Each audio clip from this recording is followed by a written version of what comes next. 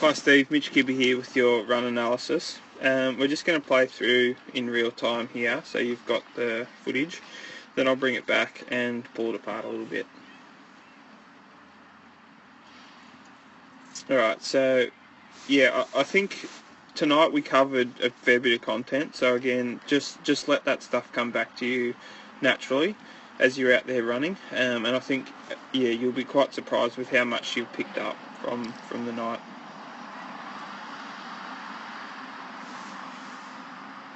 Alright, now just coming back into the video, just as you're running towards the camera, let's just think about that core engagement again, which was the basketball principle that we talked about, and just looking at that sponging effect as the ankle leg hits the ground, and that S shape that we get in the hips. So anything that comes out like that can be considered as energy spilt out there. So what we want to feel like is we're keeping straight lines along the body. Okay, so as we're landing, we're absorbing the impact through the midsection here, and that energy transfer is going up through the whole body. Okay, same again on this side. As we land, we want straight lines coming through the body. Alright.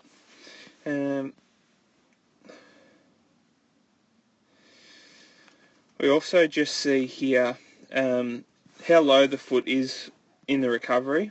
Okay, so what's happening there, as the foot's recovering quite low, we're having to drag it through, and it uses a lot of the hip flexor to do that.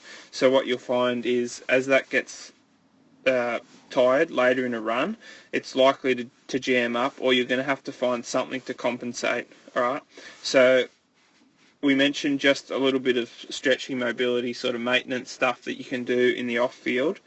That's just going to improve your range and your ability to keep relaxed as you're recovering the stride. Okay, so some of that stuff will help, and you can actually feel like your foot is a little bit lighter when you're out there running, when you've got that better range. Okay, so we're looking for a bit more of an automatic flow through with that back leg. Okay, it's not necessarily thinking about flicking your foot up towards your bum, but you're just thinking that it's relaxed through that part. Okay,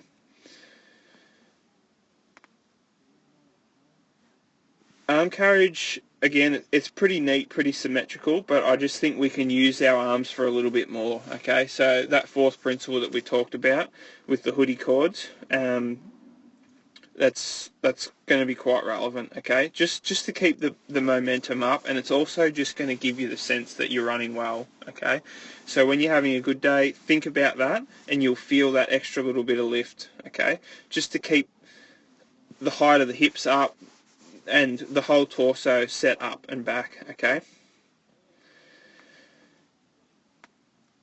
just being quite picky about the arms here as well.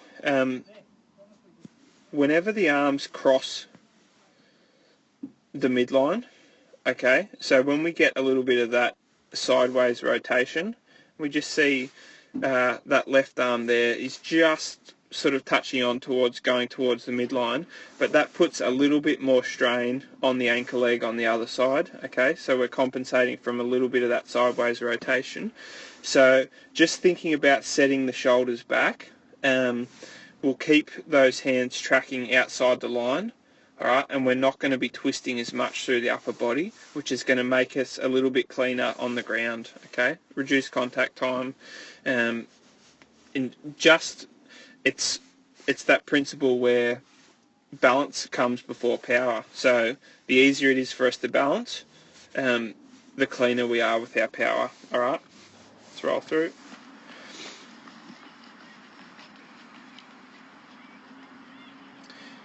Okay, so just from the back as you're running off here, I would say that just in terms of the energy that you're putting into the ground, I wouldn't say that it's above a 5 or a 6. Okay, so it's sort of like running is you're just on sort of level 1, really. Okay, so that doesn't mean to say that the energy isn't there, But what you can try and play around with is just turning that energy dial up a little bit, so we're a little bit cleaner on the ground, we're a bit smoother, and what you'll find there is the cadence does lift up. So it's probably something you can do, just play around with when you're riding your bike to and from work as well, is just drop it down one gear lighter for a little while and just change the pattern of your default pedal cadence.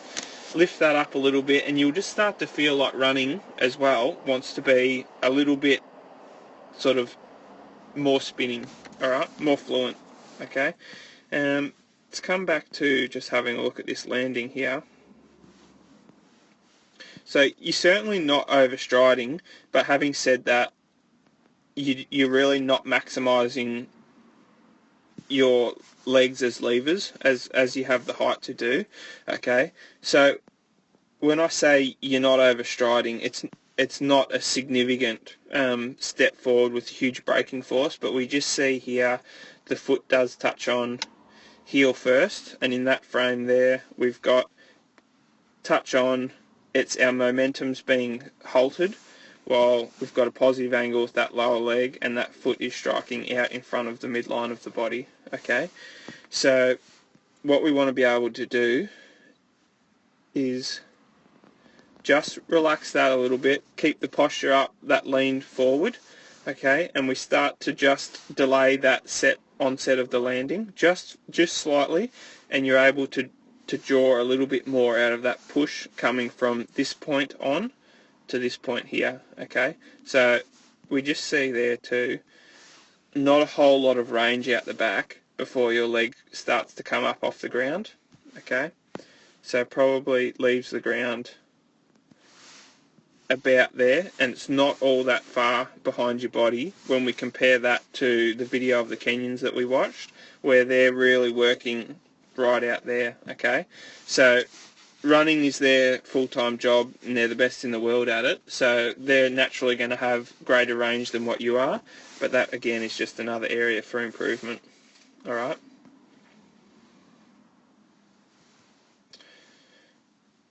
so yeah, I think it's what you need to do is just get comfortable controlling a few of these things.